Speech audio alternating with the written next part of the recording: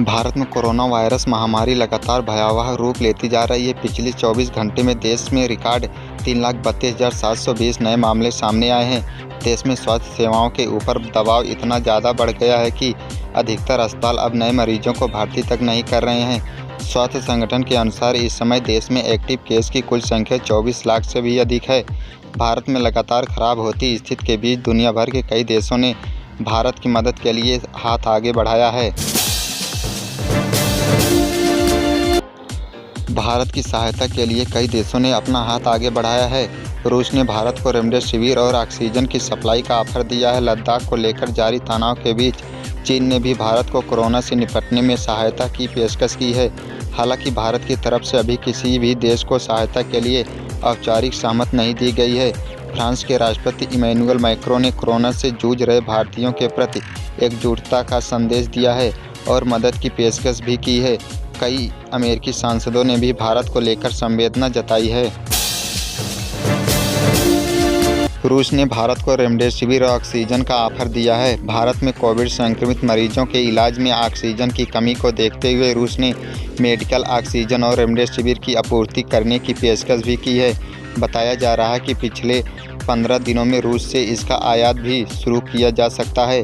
कई शहरों में एंटीवायरल दवा रेमडेसिविर की शॉर्टेज भी देखी जा रही है। मॉस्को ने कहा है कि वह प्रति सप्ताह 3 लाख से 4 लाख रेमडेसिविर इंजेक्शन की आपूर्ति कर सकता है, जिसे और भी बढ़ाया जा सकता है। जल्द ही जहाज़ों के जरिए ऑक्सीजन की आपूर्ति शुरू कर दी जाएगी। चीन ने भी भारत की मदद करने के लिए अपना हाथ आगे बढ़ाया है। लद्दाख में LAC पर सीमा विवाद के बीच चीन ने गुरुवार को भारत को आवश्यक समर्थन और सहायता उपलब्ध कराने की पेशकश की। भारत में कोरोना वायरस संक्रमण के बढ़ते मामलों के बारे में पूछे गए सवाल के जवाब में वित्त मंत्रालय के प्रवक्ता वांग वेनबिन ने कहा है कि कोविड-19 महामारी पूरी मानवता के लिए शत्रु है, जिससे निपटने के लिए अंतर्राष्ट्रीय एकजुटता और पारस्परिक सहायता की आवश्यकता है। उन्होंने कहा है कि चीन ने भारत में हाल ही में बिगड़े हालात और महामारी रोधी चिकित्सा आपूर्ति की अस्थायी कमी का संज्ञान लिया है। महामारी को काबू करने के लिए चीन भारत को हर संभव सहायता प्रदान करने को तैयार है। फ्रांस ने भी भारत के प्रति संवेदना व्यक्त किया है। फ्रांस के राष्ट्रपति इमैनुअल मैक्रों ने भारत में कोरोना के कहर को लेकर संवेदना जताते हुए मदद की पेशकश भी की है। उन्होंने अपने संदेश में कहा कि कोविड-19 से जूझ रहे भारतीय लोगों को एकजुटता का संदेश देना चाहता हूं। फ्रांस इस संघर्ष में आपके साथ हैं। हम हर तरह की सहायता करने के लिए तैयार हैं। इजरायल ने भी कोरोना से पीड़ित भारत के प्रति गहरी संवेदना जताई है। इजरायल के आधिकारिक ट्विटर हैंडल के ट्वीट में कहा गया है कि हम कोरोना के खिलाफ अपने अच्छे दोस्त भारत के साथ खड़े हैं। इस संक्रमण रूपी टनल के आखिरी में प्रकाश है, तब तक हम सुरक्षित रहें। अमेरिकी सांसदों ने भी बाइडेन प्रशासन से भारत की मदद करने को कहा है।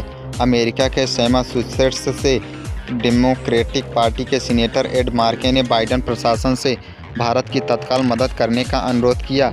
एड मार्के ने कहा है कि अमेरिका में सभी लोगों के लिए आवश्यक वैक्सीन से भी ज़्यादा मात्रा है, लेकिन हम भारत जैसे देशों को समर्थन करने से इनकार कर रहे हैं। उन्होंने जो बाइडेन से अपील करते हुए कहा कि हमारे पास मदद के लिए संसाधन है और अन्य लोगों को इसकी आवश्यकता है।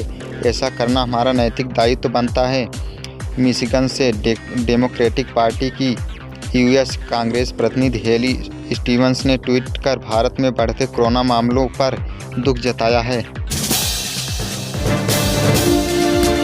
दोस्तों, यदि आपको यह वीडियो पसंद आया हो तो वीडियो को शेयर और लाइक ज़रूर करना।